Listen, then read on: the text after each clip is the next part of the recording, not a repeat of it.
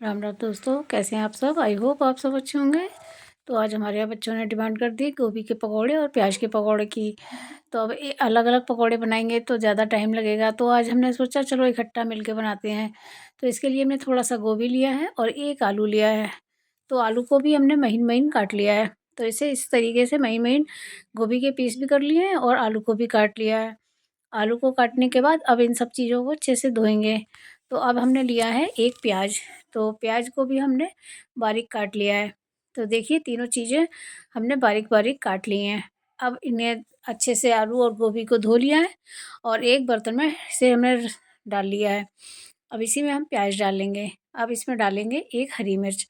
तो मिर्च आप अपने टेस्ट के अकॉर्डिंग डाल सकते हैं। अगर आप थोड़ा तीखा पसंद करते हैं, बच्चे तीखा खाते हैं, तो थोड़ी ज़्यादा डाल लीजिए। अब इसी में डालेंगे हरा धनिया अच्छा सा। अब डालेंगे थोड़ी सी हल्दी पाउडर, थोड़ा 1 चम्मच धनिया पाउडर और थोड़ी सी डालेंगे मिर्च। तो हरी मिर्च डाली है इसलिए हमने मिर्च थोड़ी डाली है। थोड़ा सा डालेंगे इसमें गरम मसाला और थोड़ी सी काली मिर्च और थोड़ी सी हींग और थोड़ी सी अजवाइन को लेंगे इस तरीके से हाथ से क्रश करके उसे उसमें भी डाल देंगे। अब इसमें डालेंगे नमक। तो नमक मिर्च आप अपने टेस्ट के अकॉर्डिंग रखिए। अब इसमें डालेंगे करीब 2-3 चम्मच बेसन। तो बेसन को डालने के बाद अब इसमें डालेंगे 2 चम्मच चावल का आटा। इससे हमारे जो पकौड़े हैं तो बहुत ही क्रिस्पी बनेंगे और बहुत टेस्टी बनेंगे। तो बस हल्के हाथों से हमें इसे मिलाना है और हमें इसमें ज़्यादा पानी भी नहीं डालना। तो बस हमें थोड़ा-सा पानी ही डालना है, जिससे बस हमारा ये जो आटा है वो सब सब सामान में अच्छे से चिपक जाए। तो बस हल्के हाथों से हमने इसे मिलाया है, तो देखिए सब कुछ अच्छे से घुल-मिल गया है।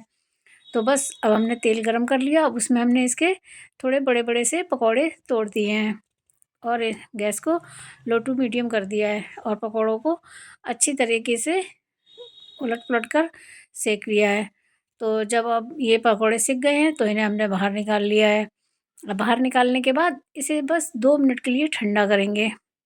तो हमने सारे पकौड़े इसी तरीके से तैयार कर लिए हैं। अब तैयार करने के बाद अब हमने पकौड़ों को क्या करना है, तो आप आगे देखिए। तो हमने सारे पकौड़ों को इकट्ठा करने के बाद उसे निकालने के बाद अब इसे हम मैश करेंगे। तो इसे किसी चीज़ से आप चाहें तो पोटैटो मैशर से दबा दीजिए। हमारे पास पोटैटो मैशर था, तो हमने उसे इस तरीके से हल्के हाथ से दबा दिया, तो जिससे ये थोड़ी-सी टिक्कीज़ का शेप ले लेंगे।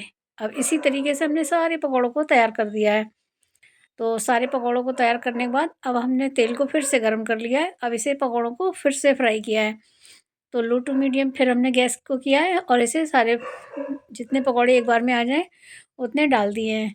अब इन्हें उलट-पुलट करते करके हमने अच्छे से सेका है, जिससे ये दोनों तरफ से अब बढ़िया तरीके से एकदम क्रिस्पी हो जाएँ।